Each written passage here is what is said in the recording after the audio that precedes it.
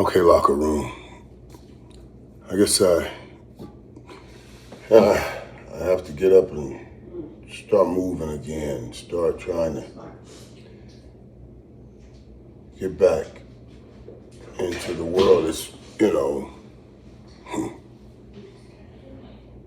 Wednesday. Let me tell you, Monday after the game, I was at the game. I was just so concerned with the people around me. I know how much work that team had put in. I know how much work the coaching staff had put in. They have the shot of me on the sideline with Jess. Jess takes care of all of us, former players, and her and Rick and Rambert. They do a great job. And I call Jess, she's like my little sister, and I was standing there with the confetti falling, and of course I was hurting, but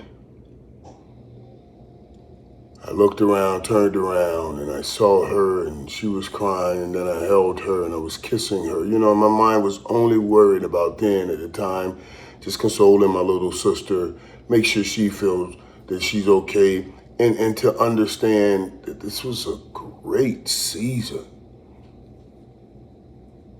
I couldn't say it right then, because when you're in that kind of pain, those words just fall to the ground.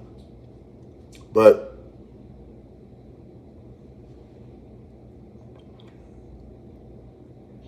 you just try to endure the pain together. And that's what you try to do at the time. And honestly, you got to think through this. Now, let me think about this: the kind of disappointment you're dealing with, and you're looking at players that are crying, walking by, talking, you're consoling them, and they're crying and everything, and that was very difficult. And I imagine there's a lot of pressure on these guys too, because of, like I had always talked about, playing in our own hometown and everything. I know I look a mess because I haven't shaved or anything. I haven't been able to do anything. So funny. I remember earlier, when I don't know, I just couldn't do anything. I couldn't be around anybody after that game. I didn't want to see anybody. I didn't want to be with anybody. I just wanted to recover, rest and recover. Yeah. I gotta say congratulations to Indiana, to finish an undefeated season and top it off with a national championship. And congratulations to Mendoza. You give those guys the credit, but it doesn't take away from the season that we had.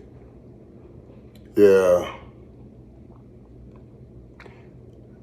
it would have been great to win a national championship here in Miami. But when I finally got up and tried to say, let me start moving around, let me try to change the frequency instead of dealing with just the pain of it and going over the play in my mind. And could I have done something better? Could I have done this better? Should I have tried that? We should have tried this. Maybe we should have done this. Maybe we should have. That's the stuff that runs you crazy. And I was in this cocoon. That's what I call it, a cocoon. You just don't want to be around anybody. You don't want to see anybody after the game. You don't go out. You don't do anything. and you deal with the pain, you know. And one of my boys called me, Mike Nicholas, and we were talking. And then my other dude, Josh, my other boy, he texts me, man, and it kind of gave me some better perspective, you know. Mike, if you guys don't know, Mike Nicholas, because when we walked on the field yesterday, Mike was with me. I took off my coat and gave it to him because we were going to go to the game. Took off my coat, gave it to him, and just so you know who he was. And Mike and I remember last year we were going to games because he goes with me. He goes with me to games sometimes, and we were traveling away games and everything. And when we lost that game last year, and we're not going to get in the playoffs. Well, I remember us traveling back home, and we were thinking, darn, we were this close. We were this close, and we were going to have a playoff run, you know, go to places and watch our team play in a playoffs, you know, with that offense and everything, that Cam Ward and all of that, and it's going to be great. And it didn't happen. We ended up in the Pot Top Bowl, and you know. So when I talk with Mike today, you know, he brought that up. He's like, man, I know this hurts and everybody's hurting, but think about last year, Michael, when you said, telling me, think about last year, how badly we wanted that playoff run. And we didn't get it. And we were depressed about it, you know. We got a playoff run. And dude, we got a hell of a playoff run this year. We went in every place as underdogs and nobody gave us a chance. And we came out on top. All the way to the national championship game. Our first time in the CFP, and we got all the way to the finals. Yeah, we're hurting right now. And there's nothing we can do but hurt and feel the pain. But when we look back and it subsides a little bit and we start thinking, man, what a hell of a run that was.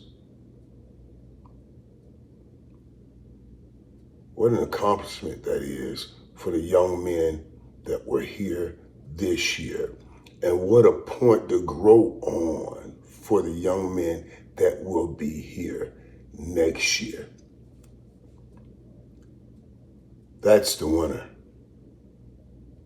And pain like this it's motivating. It's motivation. It's inspiration.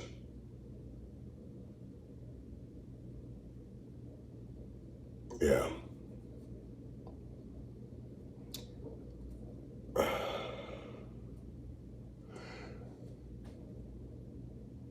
I remember losing that first playoff game, that first national championship game, I guess. Yeah.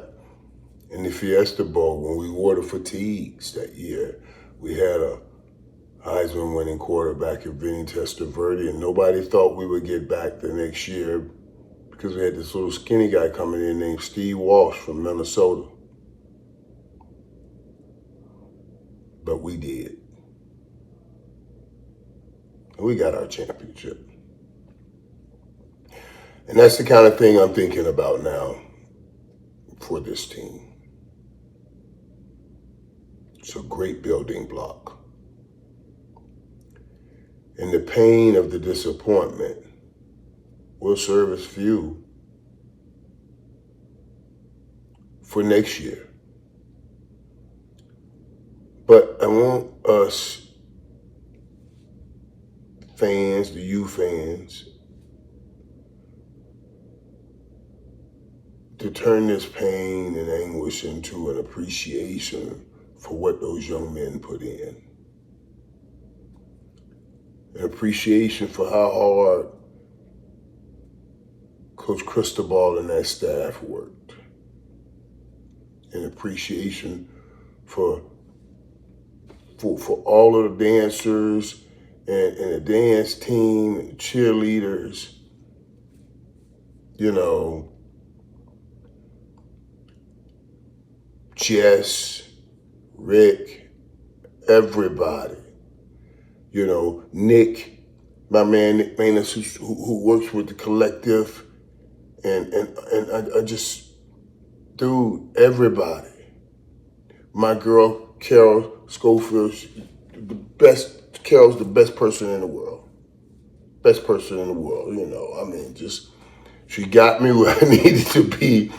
She even put me on a private jet. No darn well I was scared of a jet, but she held my hand, put me in a good seat. It really was the smoothest ride to Texas A&M.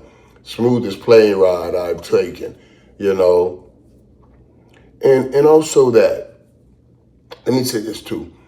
Man, I've gotten so much closer to everybody on that, not just the team, but everybody.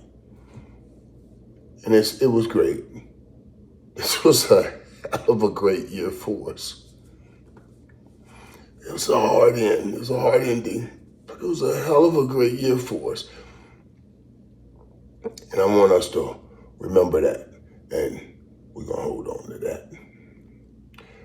Locker room, we'll talk. We will do it live, and I get a chance to talk with you guys, not just to you guys. I'm going to keep trying to get myself going again and get back to life and get ready. Try to do it next year.